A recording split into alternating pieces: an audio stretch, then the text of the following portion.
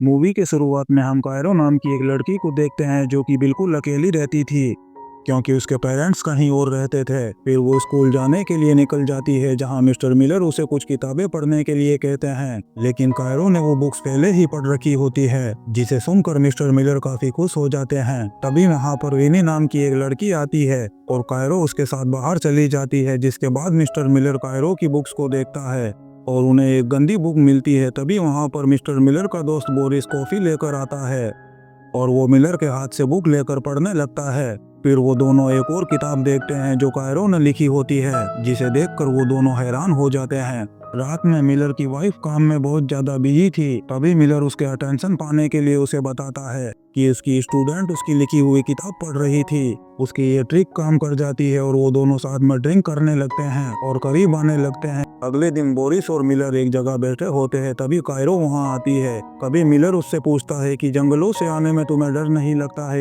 जिस पर कायरो उसे बताती है कि जंगल में सबसे डरावनी चीज मैं हूँ, जिसे सुनकर मिस्टर मिलर हंसने लगते हैं। इसी बीच विनी क्लास में जानबूझकर बुक गिरा देती है और बोरिस के साथ रोमांस करने लगती है, लेकिन बोरिस वहाँ से चला जाता है।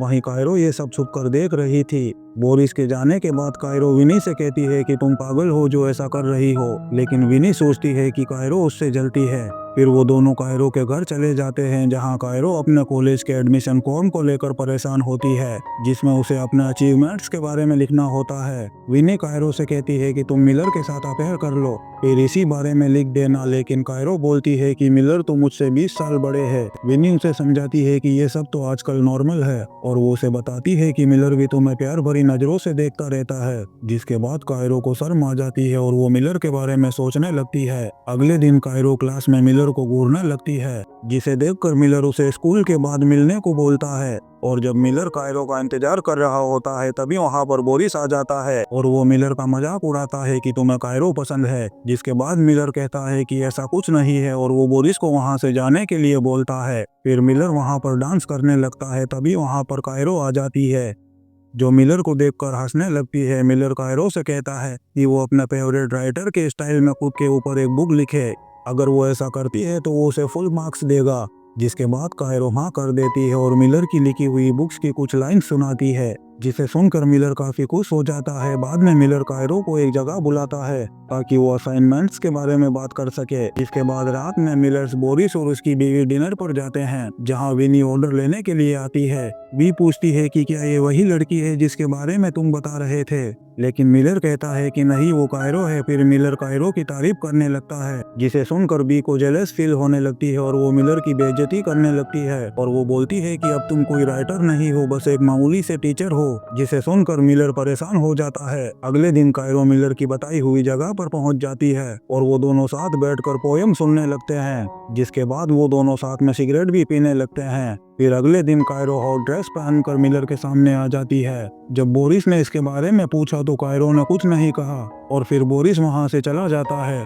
कायरो और मिलर साथ में बैठकर बातें करने लगते हैं और करीब आने लगते हैं। क्लास की तरफ जाते हुए मिलर को उसकी वाइफ का मैसेज आता है कि कहीं घूमने चलते हैं, जिसके बाद कायरो मिलर को अपने फेवरेट राइटर के बारे में बताती है और वो उससे कहती है कि वो उसी बारे में किताब लिखेगी। मिलर जल्दी में होता है, इसीलिए वो कायरो को हाँ कर देता है। फिर विनी टेबल के ऊपर चढ़कर कायरो को छेड़ने लगती है। तभी वहाँ पर बोरिस आ जाता है और विनी बोरिस से फ्लर्ट करने लगती है और बोरिस का फोन अपने कपड़ों में डालकर निकालने को कहती है और यहाँ पर कायरो का फोन गुम हो जाता है और उधर बी का मिलर के साथ घूमने जाने का प्लान कैंसिल हो जाता है क्योंकि वो अपने काम में बिजी हो जाते हैं।